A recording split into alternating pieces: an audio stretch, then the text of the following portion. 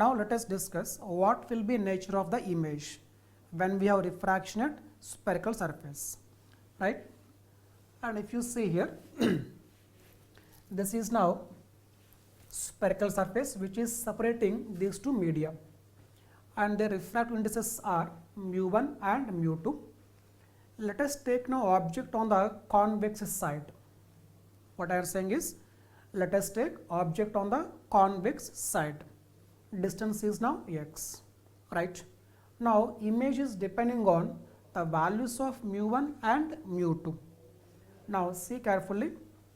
So taking the refraction equation, mu2 by v minus mu1 by the coordinate u, it is now minus x. Since x is now distance, that is equal to mu2 minus mu1 by r. Then mu2 by v is equal to mu2 minus mu1 by r minus mu1 by x. Now see carefully in this one. If we take mu2 greater than mu1, that means, see children, mu2 greater than mu1, that means rays entering into denser medium. Object is in rarer medium, rays entering into denser medium. In such a case, mu2 minus mu1, it is a positive, and in this, according to our sign convention, are also positive. So this total value is positive. And coming to here, mu1, it is a positive value, and x also positive value. Therefore, this total value may be positive or may be negative depending on the distance of the object from the surface, because remaining values like mu1, mu2 and r are fixed values. That means the image may be real or may be virtual depending on the value of x. So here conclusion is, when object is on convex side of the boundary and it is in rarer medium, in such a case image may be real or may be virtual depending on distance of the object from the boundary. Let us take now the second case, that is keeping the object in denser medium. Then see what happens. If object is in denser medium, mu1 greater than mu2, we can see here mu1 greater than mu2. In such a case, mu2 minus mu1 is negative. Now this total value is negative and this is also negative. See carefully, this is negative and this is negative. That means total value is negative.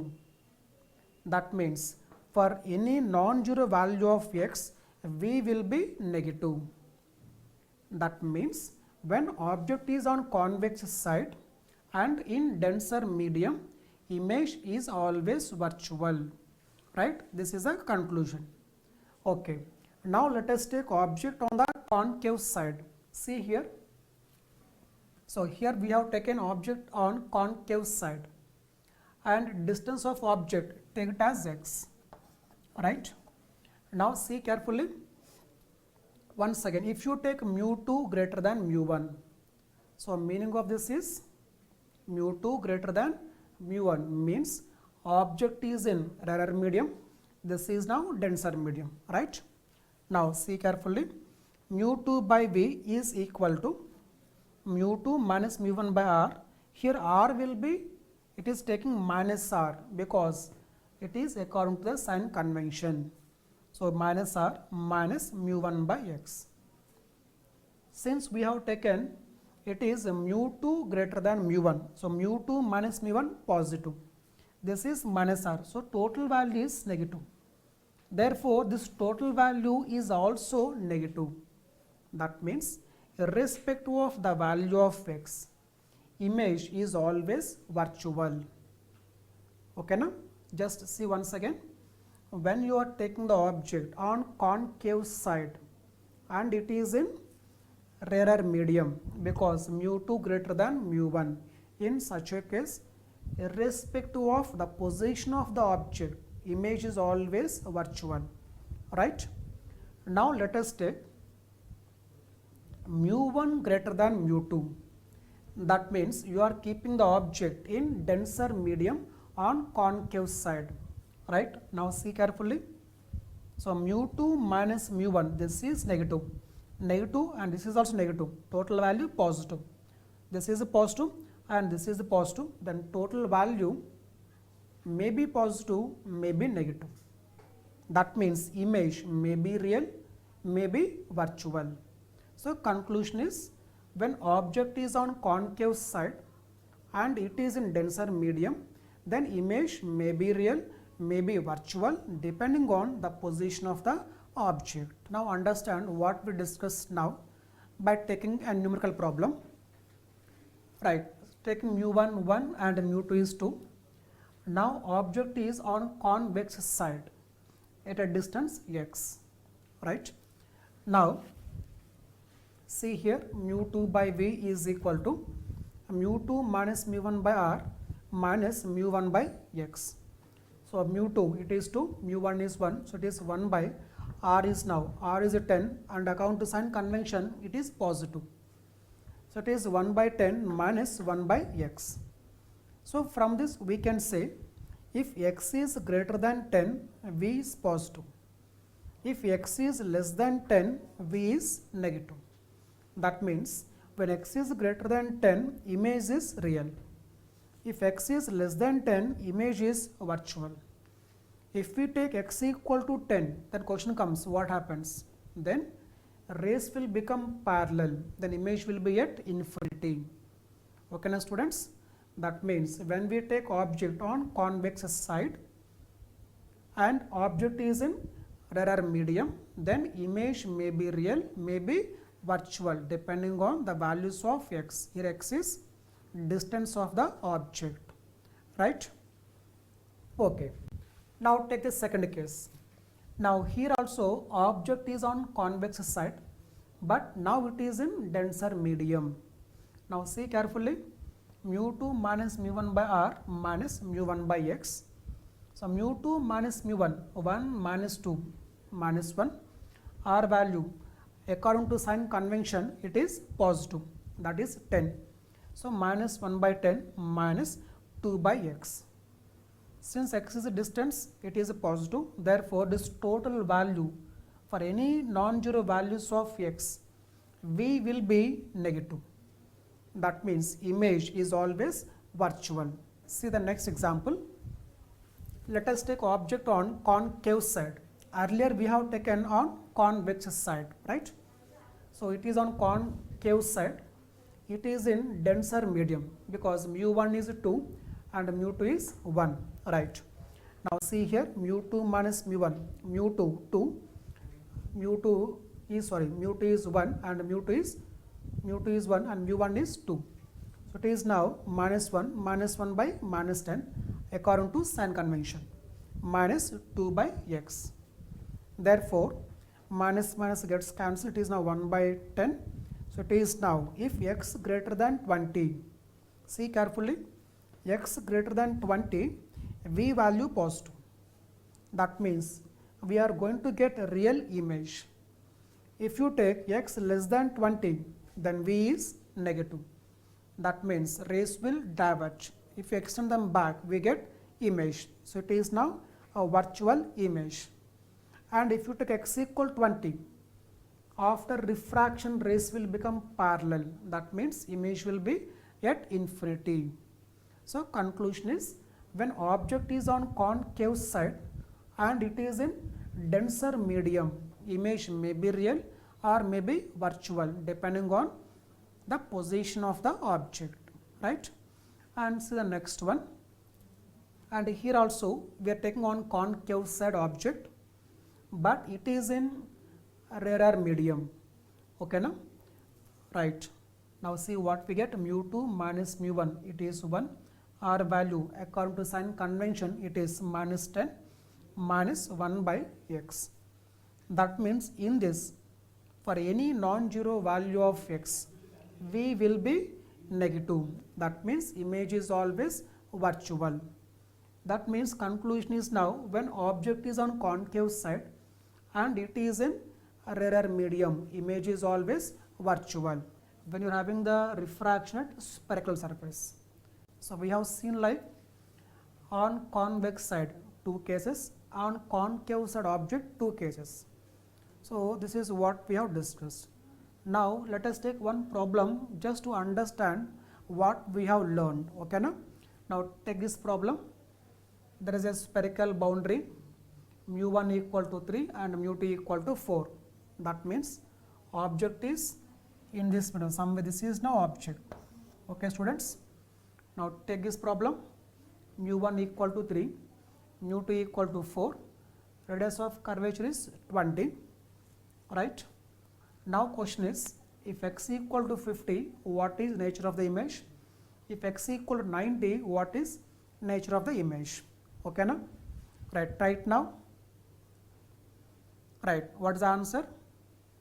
Okay, very good. Right, see once how to solve this one. So equation is now mu2 by v minus mu1 by u equal to mu2 minus mu1 by r. Right, so mu2 by v is equal to mu2 minus mu1 by r minus mu1 by u. Right, now substitute values. Right, so mu2 by v is equal to mu2 minus mu1, mu2 4, 4 minus 3 by r, r is now positive according to sign convention, right? Okay, so 4 minus 3 by 20, so 4 minus 3 is 1, so 1 by 20 minus mu1 is 3 by x, it is now distance of the object, right? Now see what we get here, mu2 by v is equal to 1 by 20 minus 3 by x. That means if x is greater than 60, v positive. So what is the meaning of v positive? Right, v positive means image is, yes, image is real. Right, next, x is less than 60, then v is negative. So what is the meaning of negative? Right, so v negative means image is virtual, right? Now see the question given, x equal to 50, right, first one. So x equal to 50 means it is now less than 60. That means v value negative. So v negative means image is now, image is virtual, right? So for the first one, image is virtual, right? And second one, it is now given 90. So 90 means it is now greater than 60. So greater than 60 means v is now positive. So v positive means image is real, right? Therefore, for the first one answer is, it is negative virtual. So I am writing here for first one, image is virtual, right? And the second one, image is, it is real. So whenever object has some size and it is kept normal to the principal axis, then we speak about the transverse magnification. Now you can see height of object, it is h0, and height of image, it is now hi, and coordinates of object is now u comma 0 and that of image v comma 0, and this is now passing through center of curvature. That means there is no deviation. Therefore these two angles are same, right? So alpha equal to beta. Then from that we can say tan alpha is equal to, this is a tan alpha value and this is now tan beta value. And here once again I mentioned that we are taking all equations only for paraxial rays. That's why when we take a tan alpha, it is approximately equal to alpha. And when you take a tan beta, which is equal to this value by this one, see carefully, this is now radius of curvature. This total value is now, it is minus u plus r, and coming to this one, we can say this total one is equal to v, this total one from here to pole to up to that image, it is now v. From that subtract now r, so it is v minus r. So taking alpha is equal to beta, right? And why we have taken alpha and beta means since rays are paraxial, that's why tan alpha is equal to alpha, tan beta is equal to beta, right? Now we require here in this the value of r. So to find the value of r, now take equation for refraction, that is mu2 by v minus mu1 by u is equal to mu2 minus mu1 by r. From this we get the value of r in terms of mu1, mu2, u and v. Now substitute that value in this equation, right? Students, see carefully. We are getting the value of r from this equation. Substitute that in this equation. Then we are going to get, see here, magnification, or it is transverse magnification or lateral magnification. Both are same. That magnification is equal to height of image by height of object, and that is equal to, so after keeping that equation 2 in equation 1, we are going to get mu1 by mu2 into v by u. So this is expression for magnification, right? Now when m is positive, it is erect one. When m is negative, it is inverted, right? That means, see carefully, m equal to mu1 by mu2. This is a positive value. M positive means u and v should be having same sign. That means if object is real, then u negative. When u negative, if v also negative, so v also negative means image is virtual, then m is positive. That means it is erect one. M negative, inverted. Negative means, see carefully, if one is positive, other must be negative. If we consider a real object, u will be negative. When u negative, if v value positive, so v value positive means yes, it is a real image. So when we get for real object a real image, then it will be inverted. If you take for a real object, if you get a virtual image, that means both are negative, then total value positive. It is erect one. Now see here, types of lenses. So it is now biconvex lens. This is biconcave, plano-convex, plano-concave, convexo-concave, concavo-convex. You are having now different types of lenses like this. And here one important point is how to distinguish the given lens is a concave or convex, and that we can decide basing on the thickness of the lens. So it is, if you have more thickness at the middle than at the edges, that is a convex nature. If you see carefully, biconvex, plano-convex, you can see here biconvex, plano-convex and concavo-convex.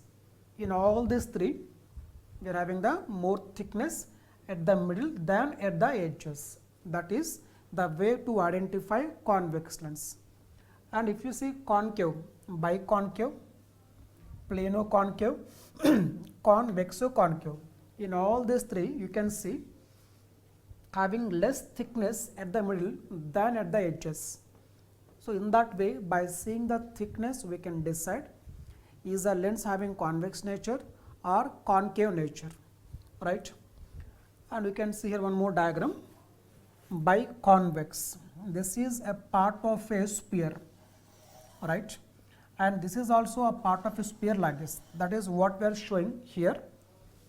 So this is a part of a sphere like this, and this is a part of a sphere like this.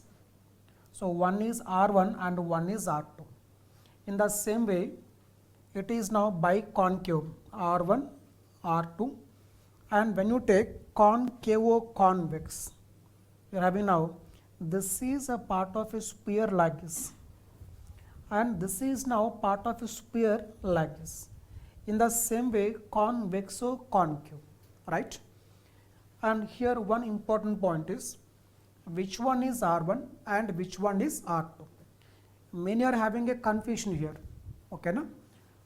For example, if light rays coming from left side, that means the first incident on the surface, then Now this will be R1. Are you getting it? When light rays falling on this surface, in such a case, this will be that sphere. Then this is now R1. Then this becomes R2. Suppose if light rays are falling from this side, then this is now first surface. Therefore, this is R1 and this is R2. Okay, children? So this is regarding the types of lenses. Now let us discuss regarding lenses. First, focus what is the terminology regarding the lenses. So we are having here two refracting surfaces. You can see here. This is one a part of a sphere like this, and this is now a part of a sphere like this. So R1 and R2, and having here two centers of curvature C1, C2. Okay, students, see carefully. So two centers of curvature and two radii of curvature. Now in this, if you take the line joining two centers of curvature, it is called principal axis. What is that?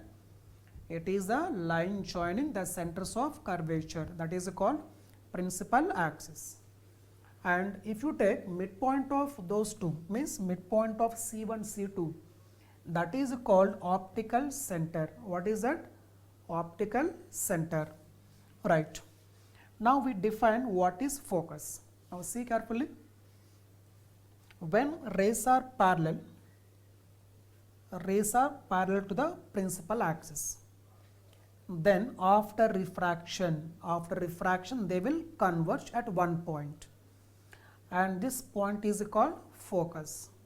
So after refraction, rays are converging at one point, and that is called focus. Now distance of that focus from optic center is called focal length.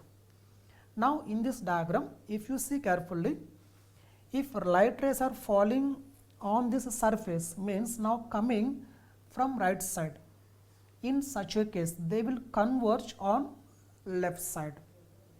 That means for a biconvex lens or for biconcave lens having one focus on each side, right? And distance of that focus from optic center is called focal length. In such a case, if we take same medium on both sides, if media on both sides is the same, then both the focal lengths will be the same, right? Now see here, in case of concave lens, when rays are parallel, see carefully, rays are parallel, after refraction they will diverge, because it is a diverging lens, it has the diverging nature, and when you extend them back, then they will converge somewhere here. So this is the focus for concave lens. So same thing, when rays are traveling towards left side, then they will diverge like this, then converging on this right side. So in the same, it is also having two foci, that means one focus on each side, right? Next, when we are taking a parallel beam, so beam is parallel but not parallel to principal axis. Students, you should be very careful here. Previously we have taken rays parallel to principal axis, but now we are taking rays are parallel but not parallel to principal axis.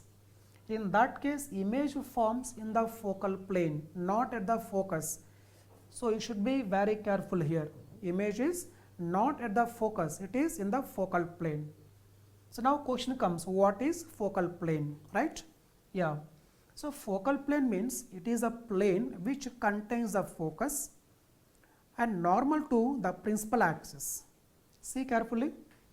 So this is a plane which contains focus and normal to principal axis. I repeat once, it is a plane which contains the focus and normal to the principal axis, that is a focal plane, right? And coming to the last one, it is when rays passing through the focus, after refraction they will become parallel. we can see in case of biconvex lens.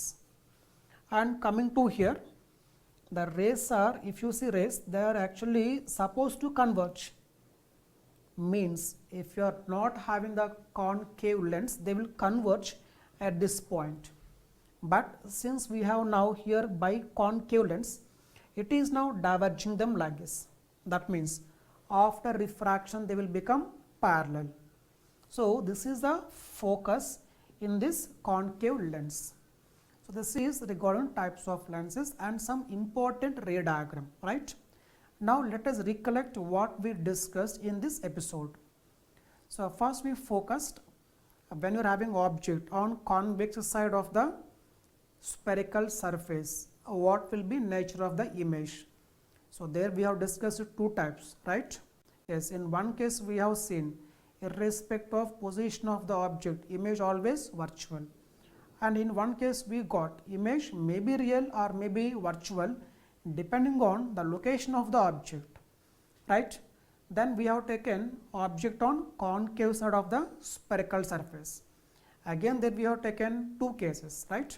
The same kind of cases we got. And then we discuss what is a lens and types of lenses. And then we discuss what is a terminology and important ray.